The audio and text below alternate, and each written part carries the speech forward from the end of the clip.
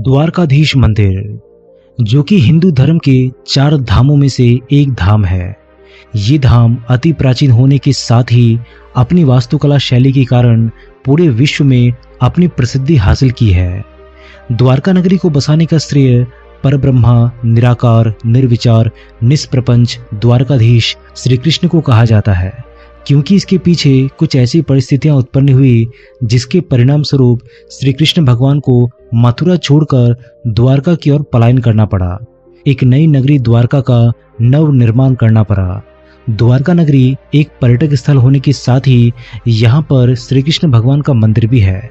इस मंदिर से जुड़े ऐसे कई रहस्य हैं जिसे भारत के लोग बहुत कम जानते हैं। तो आज अद्भुत टीवी इंडिया के इस खास एपिसोड में हम आपको बताएंगे द्वारकाधीश मंदिर के 10 रहस्यों के बारे में। तो चलिए इस वीडियो की शुरुआत कर लेते हैं।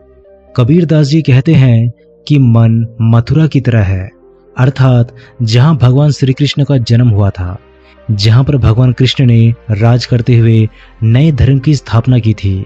साथ ही साथ ये नश्वर शरीर काशी है।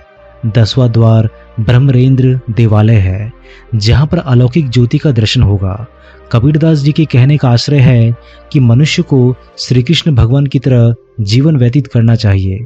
शरीर का त्याग करते समय मन में राग द्वेष की भावना नहीं होनी चाहिए। तो चलिए जानते हैं द्वारकाधीश मंदिर के 10 रहस्यों के बारे में। पहला रहस्य, द्वारका के इतिहास के विषय में हमें जानकारी वेद व्यास द्वारा रचित महाभारत से मिलती है। महाभारत के अनुसार द्वारका नगरी का निर्माण भगवान श्री कृष्ण ने किया था। भगवान श्री कृष्ण ने द्वारका नगरी का निर्माण इसीलिए किया था क्योंकि मगध के राजा जरासंध के साथ श्री कृष्ण भगवान की शत्रुता थी, जिसके परिणाम स्वरूप जरासंध बार बार परास्त होने के परिणाम स्वरूप मथुरा पर आक्रमण करता रहता था। श्री कृष्ण भगवान अपने राज्य के निवासियों की रक्षा के लिए गुजरात के ओखा मंडल प्रायद्वीप पर द्वारका नामक नगरी की स्थापना की थी। दूसरा रहस्य, कुछ लोग ऐसा कहते हैं कि जरासंध के भय से श्री कृष्ण भगवान ने मथुरा से पलायन करके द्वारका में द्वारका नगरी की स्थापना की थी, लेकिन ये बात पूर्णतः सत्य नहीं है, क्योंकि इसका कारण ये है कि भगवान श्री कृष्ण परब्रह्म थे। वे नियति की योजना में बाधा नहीं बनना चाहते थे। जरासंध की मृत्यु भीम के हाथों लिखी थी, इसीलिए श्री कृष्ण भगवान चाहकर भी विधि के विधान को नहीं बदलना चाहते थे। तीसरा रहस्य, मंदिर के ऊपर लगी ध्वजा पर सूर्य और चंद्रमा का प्रतीक चिन्ह बना होता है। ये चिन्ह इस बात का सूचक माना जाता है कि पृथ्वी पर सूर्य और चंद्रमा के मौजूद होने तक द्वारकाधीश का नाम रहेगा। सूर्य चंद्र श्री कृष्ण के भी प्रतीक माने जाते हैं, इसीलिए उनके मंदिर के शिखर पर सूर्य चंद्र के चिन्ह वाले ध्वज लहराते हैं। चौथा रहस्य, महाभारत काव्य में बताया गया है कि द्वारका भगवान श्री कृष्ण की राजधानी थी।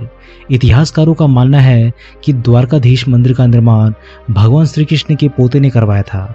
ऐसा अनुमान लगाया जाता है कि ये मंदिर 2500 वर्ष पुराना है।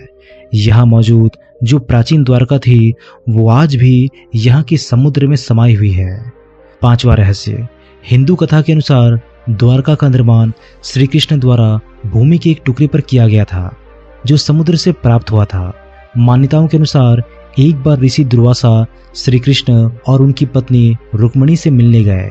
श्री कृष्ण की इच्छा थी कि कृष्ण और रुक्मिणी उन्हें अपने महल में ले जाए। श्री कृष्ण और रुक्मिणी ऋषि को अपने साथ ले जाने के लिए राजी हो गए। महल की ओर जाते वक्त कुछ दूर जाने के बाद रुक्मिणी थक गई। उन्होंने कृष्ण से कुछ पानी मांगा। कृष्ण और रुक्मिणी पानी पीने के लिए एक जगह पर रुके, जिससे ऋषि दुर्वासा क्रोधित हो गए और रुक्मिणी को उसी जगह में रहने के लिए श्राप दे दिया। कहते हैं कि आज का द्वारकाधीश मंदिर वही स्थापित की गई है जिस स्थान पर रुक्मिणी खड़ी थी। छठा रहस्य, द्वारका को शास्त्रों में कुश स्थली भी कहा गया है। ऐसी मान्यता है कि सतयुग में महाराजा रैवत ने समुद्र के मध्य की भूमि पर कुश बिछाकर कई यज्ञ किए थे। यहाँ कुश नाम का एक दानव था जिसने बहुत उपद्रव फैला रखा था। ब्रह्मा जी के अनेक प्रयासों के बाद भी जब वो दानव नहीं मरा तो त्रिविक्रम भगवान ने उसे भूमि में गाड़कर उसके ऊपर उसी के आराध्य देव कुशेश्वर की लिंग मूर्ति स्थापित कर दी। दैत्य द्वारा प्रार्थना करने पर भगवान ने उसे वरदान दिया कि द्वारका आने वाला जो भी व्यक्ति कुशेश्वर के दर्शन नहीं करेगा उसका आधा पुण्य उस दैत्य को मिल जाएगा। 7वां रहस्य, धार्मिक महत्वता के साथ इस नगर के साथ कई रहस्य जुड़े हुए हैं। समस्त यदुवंशियों के मारे जाने और द्वारका के समुद्र में विलीन हो जाने के पीछे मुख्य रूप से 2 घटनाएं जिम्मेदार है। पहला, माता गांधारी द्वारा श्री कृष्ण को दिया गया श्राप, और दूसरा, ऋषियों द्वारा श्री कृष्ण के पुत्र सांब को दिया गया श्राप। महाभारत के युद्ध में पांडवों की विजय हुई। श्री कृष्ण ने युधिष्ठिर को राजगद्दी पर बिठाया और राज्य से जुड़े नियम कानून उन्हें समझाकर वे कौरवों की माता गांधारी से मिलने गए। कृष्ण के आने पर गांधारी फूट फूट कर रोने लगे और फिर क्रोधित होकर उन्हें श्राप दिया कि जिस तरह तुमने मेरे कुल का नाश किया, तुम्हारे कुल का भी अंत इसी तरह होगा। श्री कृष्ण साक्षात भगवान थे, चाहते तो इस श्राप को निष्फल कर सकते थे, लेकिन उन्होंने मानव रूप में लिए अपने जन्म का मान रखा और गांधारी को प्रणाम करके वहां से चले गए। उसके बाद ही द्वारका का पतन हो गया और ये साम्राज्य समुद्र में समा गया। 8वां रहस्य, इस नगर में विशालकाय सभा मंडप था।